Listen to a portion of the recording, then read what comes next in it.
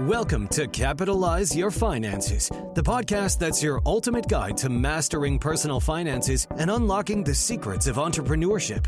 Each week, we dive into the world of personal finance and business development and have fascinating conversations with industry experts, seasoned entrepreneurs, and thought leaders who share their insights, strategies, and stories to help you get ahead in life.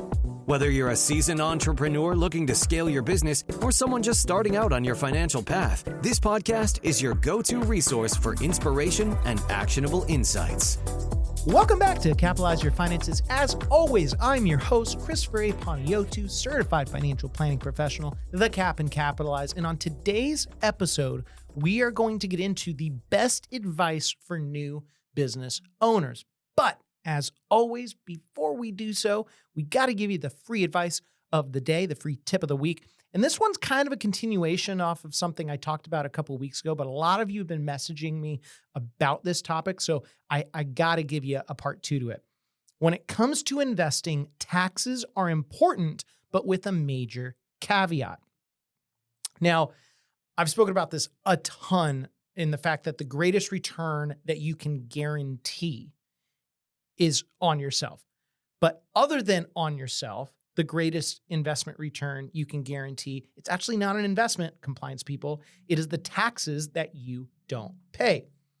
However, when it comes to investing, there are rare occasions where that goes out the window. And I'm actually going to give you an example of an investment that I used to own. I'm not going to give you the exact name because I still currently own it. But I'll give you facts and figures and numbers. So there was a company years ago, and I remember I bought it for $10 a share. And I did the diligence. I thought it was cheaper than 10. I thought it was way cheaper than 10, whatever the case may be. And within a year, under a year, it went from $10 to $100. It went 10x in less than a year. I think it was like 9 months. Now, even though if I wanted to sell it, which at that time I just sold out of it, I was just like, I'm not waiting any longer. Even though that was a short-term capital gain, which is ordinary income, let's just assume I was at the absolute tips when it comes to tax brackets at that point, which, at that point it was maybe 40% capital gain or whatever the case, or ordinary income tax. Even after that, it doesn't matter because the net of tax gain in 1 year would have been like 540%. Okay. Because, you go from $10 to 64, assuming 40%, whatever the case may be. The reason why I bring that up is some people get really greedy with that. And I've made that mistake in the past where they go, oh, let's just wait a couple more days or a month or two, and then we'll pay long-term capital gains. But in that short period of time, an investment could go down drastically. So even though you may have saved a couple pennies here and there, you lost a lot of pounds in the fact that you were trying to get sexy and creative with taxes, and you got absolutely shafted in the process. So don't be penny wise and pound foolish when it comes to taxes. Sometimes you got to break the rules a little bit and it goes out the window. Now, with that elongated free tip of the week out of the way, let's get into the 5 best pieces of advice for new business owners. Number 1, if you don't already have one, immediately look into hiring a quality CPA, a bookkeeper, business attorney, estate planning attorney, and, unbiased, certified financial planner. So the moment you start your business, you do not want to be in the weeds of everything. I mean, I think that is pretty obvious. Also, you can't really afford to be in the weeds of everything because you need to be in the weeds of one thing and one thing only, making money, which we will get into very, very shortly in this episode. The team that I mentioned is going to alleviate a gargantuan amount of worries that you have immediately. Now, sometimes a CPA firm will have bookkeeping in-house, and so you can kind of get a 2-for-1 deal. Also, your business attorney, in many cases, could be your estate planning attorney as well, or have an estate planning attorney in the firm that they work at very, very closely. So you've only got, basically you killed 2 birds with 1 stone times 2. But the point is you need to have this team in place. Now, your financial planner should coordinate this entire team. And your planner should be able to enlighten you on taxes, retirement plans, insurances of just about all types. We're also talking investing and estate strategies, but again, not specific estate advice. You've got to leave that to the attorney. And so once you have that team in place, the next thing you do is you just go out and you make it rain, or you attempt to make it rain, which brings me to number 2. And this may seem obvious, but you need to focus on one and only one thing: making money as quickly as possible. Now, I also want to note something that is both subtle and extremely glaring all at once. I did not say to do this at the expense of your character, as you always want to do the right thing by whoever it is that you are speaking to. However, it's one of those things that unfortunately too many businesses and too many business owners, when they start out, somehow they miss that. Okay. I can tell you, when I started my practice, there was so much time that I wasted on various items, going to networking events I probably shouldn't have been at, or talking to people where I probably shouldn't have been talking to them, or, looking up things about my industry that really weren't pertinent and important to me at that time. And so knowing what I know now, you can't go backwards and say this, I could have become profitable in probably 4 months versus the 4 years it took me to get into positive cash flow, pay off some debts, to get the business going, all that fun stuff. So make money as soon as possible, but not at the expense of your character. And I want to piggyback off of what I just said with the third thing, okay?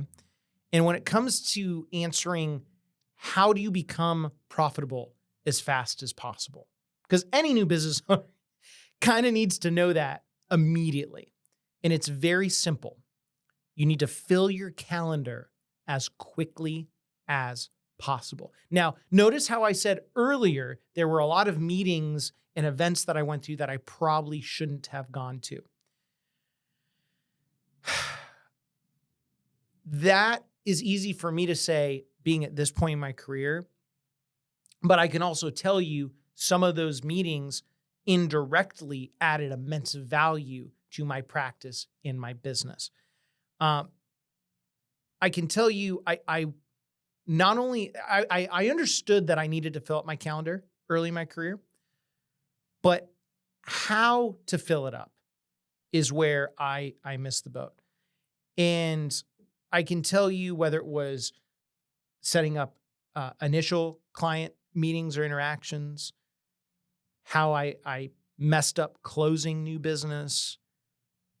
I totally didn't understand the business side of things when it comes to, partnering with strategic business partners, and then networking events. How do you actually go and capitalize on a networking event? There is an art to that, and there's a dance to it. And as much as you want to just throw as much on the wall and see what sticks, that's fine when you just start out, like we're talking a couple months in, but you've got to get a process down very, very quickly. Now, I'm going to tell you, if I just stuck to the pinpoints of the immense value on how to fill your calendar as quickly as possible and as prudent as possible, the amount of time wasted that I wouldn't have wasted, I would have probably cut my success timeline not only in half, I probably would have knocked off like 90% of the timeline for it. Okay. So fill your calendar as quickly as possible. Now we're going to take a quick commercial break. And then when we come back, you are going to want to hear these last 2 tips I'm going to give you for the best advice for new business owners. So with that, stick around. Don't go anywhere. See you shortly. Are you ready to transform the way you approach sales? This episode is sponsored by the second book in the Capitalize series, Capitalize Your Sales, the all-in-one sales framework that saves you from ever struggling again and teaches you how to sell with sincerity, which dives deep into the art and science of driving sustainable growth. Packed with strategies that go beyond surface-level techniques, this book will help you understand what it takes to truly connect with clients, build long-term relationships, and close deals. Whether you're looking to fine-tune your sales craft or break through to the next level, Capitalize Your Sales offers a roadmap to success designed for today's fast-paced business world. Head on over to your favorite bookstore, order today, and start capitalizing your sales immediately. And now, back to the episode. Welcome back to the show. We're going to get right into the final two best pieces of advice for new business owners with number 4. And I'm going to read this one verbatim. Think of which businesses work well with yours to help your customers or clients. Once you think of those types of businesses, look up specific businesses in your community and set up a time to meet with the owners to learn about their business as much as possible. So one thing you're probably thinking is like, well, but I need to talk about my business. No, you don't. You may briefly mention what you do. And if you have existing clients or customers in common, or you work with similar customers or clients, you can mention that. But you need to ask yourself, why are you setting up this meeting? And what is the purpose of this meeting? Like, why are you hardly talking about your business? And it's really simple. People want to feel heard. And most people actually like to hear themselves talk. So from a mental framework and a mental side of things, you need to shift your mindset to the enjoyment of Instead of talking about yourself, the mindset needs to be shifted to learning everything there is to know about whoever it is that you're talking to. And you need to shift that enjoyment to that topic, which, by the way, can be very difficult, especially if you are on the extreme extrovert side of things. But what I'll tell you is over time, you not only are going to fall more in love with that process, your business's revenue is going to parallel the compounding of that love. Also, what's going to happen, let's say that you like this person you're talking to. You're going to want to make sure that you send them the clients and customers that you told them you would send, and you want to keep up to date on recurring get-togethers. It is not a one-time thing. That is something I wish I knew early on. The more recurring visibility I had with people that I do business with, as far as referral partners, center of influences, you name it, the quicker my business would have become profitable and I would have been happier. Okay. Now, this also brings me to the final point that is worth noting for new business owners out there. When you are meeting regularly with clients and customers and business partners, get really, really comfortable with asking them for new business, but don't ask it blatantly. So that last part is probably confusing you a little bit. And by the way, rightfully so, because nobody was actually taught the actual ask and the art of the ask. Now, I talk about this extensively in my new book, Capitalize Your Sales. But to give you the SparkNotes version of what you will read after you buy it, of course, the best way to ask for business, it's much more broad, okay? So one thing that I like to ask people, and I'm going to give you, again, I'm giving you the SparkNotes. Who do you know that would benefit from the relationship that we have? What that's going to do is softly plant a seed in whoever it is your client and customers are thinking about. So when they go out and they're talking to friends, family, other business partners, you name it, they know that you are top of mind. Maybe it's indirectly a top of mind.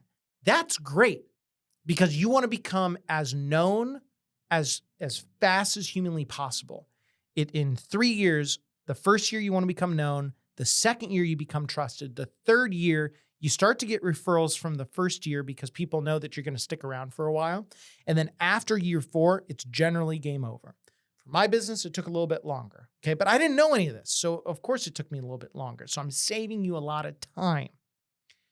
Now, I will tell you, if you're chatting with a business partner, you can be a little bit more direct about it. You could ask something along the lines of, who do you know that would benefit from the services that we provide this common client, or this type of business, or whatever it is that you're doing?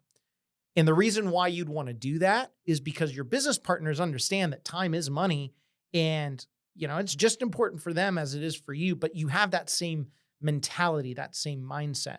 And the bonus is, if you become friends with a lot of these business partners, which I highly recommend you do, because if not, you're going to have a very long, sad existence in the world of owning a business. They're going to want to do it not only from a professional standpoint because you're so great at what you do, but they're going to want to do it out of the kindness of the heart because that's what you do. You help your friends, you help your family.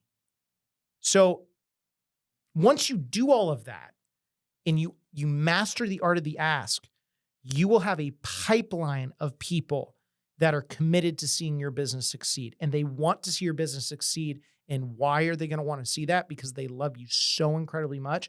And when they love you as much as they do, they can't help but want to work with you. So that does it for today's episode on the best advice for new business owners. Let me know what you think. You can shoot us an email. You can hit me up on Instagram, LinkedIn, X. You know the drill. I will see you next week. And as always, keep capitalizing. See you then. As always, thank you for joining me today. If you have questions about today's episode or any personal finance questions, please reach out to me at Cap and Capitalize on Instagram, Chris at capitalizeyourfinances.com, or via our website, capitalizepodcast.com. If you want more Capitalize Your Finances content, head on over to capitalizepodcast.com and check out our blog, free resources, book, and online course. As always, I'm your host, Chris Panayiotou, Certified Financial Planning Professional, the Cap and Capitalize. And until next time, keep capitalizing. The information provided should not be considered specific tax, legal, or investment advice and is not specific to any individual's personal circumstances. Each taxpayer should seek independent advice from a tax professional based on his or her individual circumstances. These materials are provided for general information and educational purposes. The information in these materials may change at any time and without notice. Christopher Panayiotou is a registered representative with and securities and advisory services offered through LPL Financial, a registered investment advisor, member FINRA SIPC. Capitalize Your Finances LLC is a separate entity from LPL Financial. Capitalize Your Finances is not registered as a broker-dealer or investment advisor. CRPS conferred by College for Financial Planning. The people and companies mentioned in this podcast are not affiliated with or endorsed by LPL Financial or Capitalize Your Finances.